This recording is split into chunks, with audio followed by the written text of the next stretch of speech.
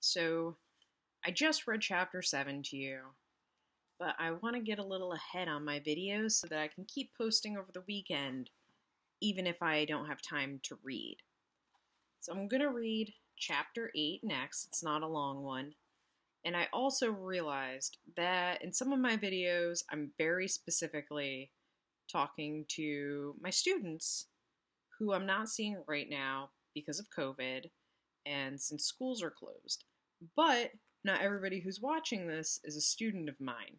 So that's why I'm saying things like, help your parents wash the dishes, because I'm directing this towards my students. So that explains those weird, very specific comments. If you're an adult watching this, you should be able to do your own dishes.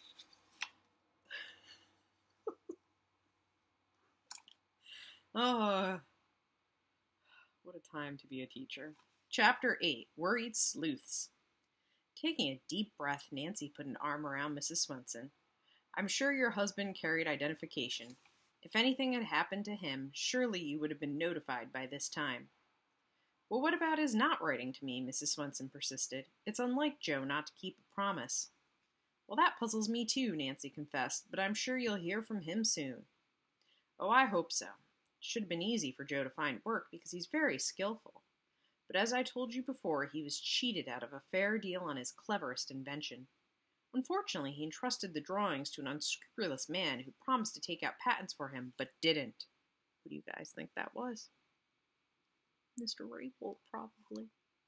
How dreadful, Nancy remarked. Yes, the man took the patents out under his own name. He deliberately stole them from Joe. Who is the man? Nancy asked tensely, yet fearing the answer. Mrs. Swenson hesitated an instant, and then said, Perhaps I shouldn't give his name, but since you'll most likely never see him, it can do no harm. The man who cheated Joe, who broke his spirit, is Felix Raybolt. Felix Raybolt, Nancy echoed. She had expected this answer, yet hearing the name gave her a distinct shock. Yes, Mrs. Swenson returned, looking curiously at the girl. Do you know him? Only by reputation, Nancy answered. I did hear that his house burned. This was news to Mrs. Swenson. Was anyone hurt? She asked. The police and firemen think the house was unoccupied at the time. At that moment, Honey and her new friends came in from the garden. Nancy, Beth said, don't you think we'd better start for home? The sun is setting, and we ought to cross that shaky bridge before dark. Yes, Nancy agreed. We'll leave right away. While the other girls were gathering their handbags and saying goodbye, she found an opportunity to speak to Ned privately. So, side note, life lesson. If you're going across a bridge and part of it breaks, I would not go across that bridge again on the way home. I would find a different route. Fortunately, you guys all have phones, so you can just GPS a different way home. Pro tip, Nancy is at a time before cell phones and GPS, so she is not using her GPS to get home. She should still not be going on that bridge that's partially broken.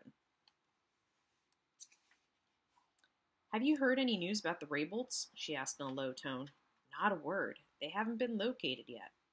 Nancy now hurriedly explained that she believed she had found the owner of the ring, Mr. Swenson. Ned frowned.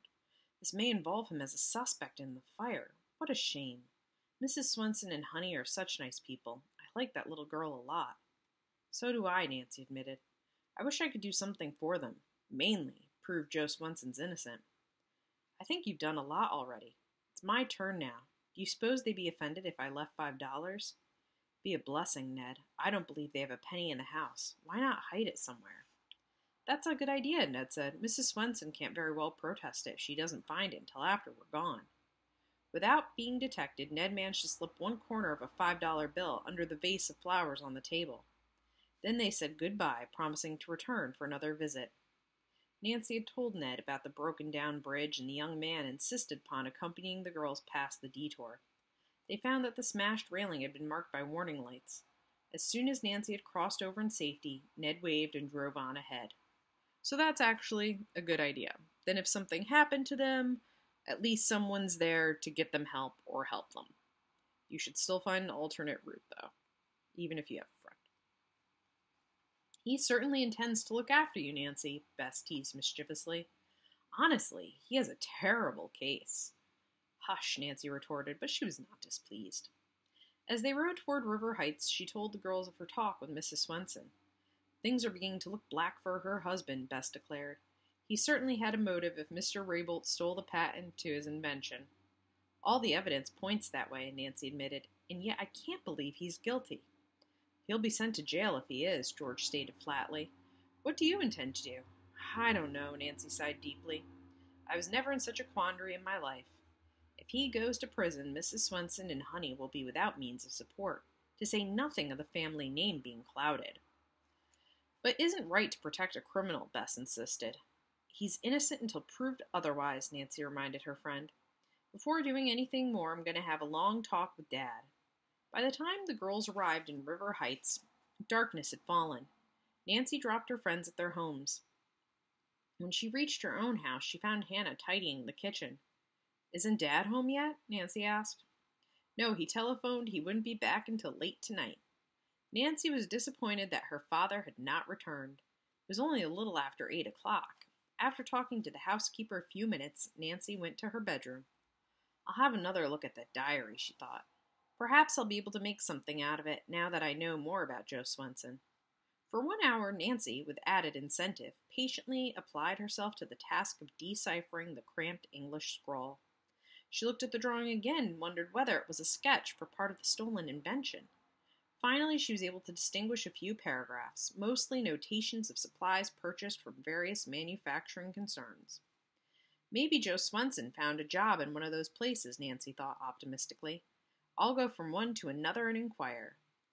Any possible lead was welcome at this point, Nancy told herself excitedly. She scanned the notations again. Her eyes lingered on the name of a company in a small city of Stanford. That's where Mr. Baylor Weston lives. The man who ran into my car, the young detective murmured. I'll go to Stanford first and see Mr. Weston at the same time.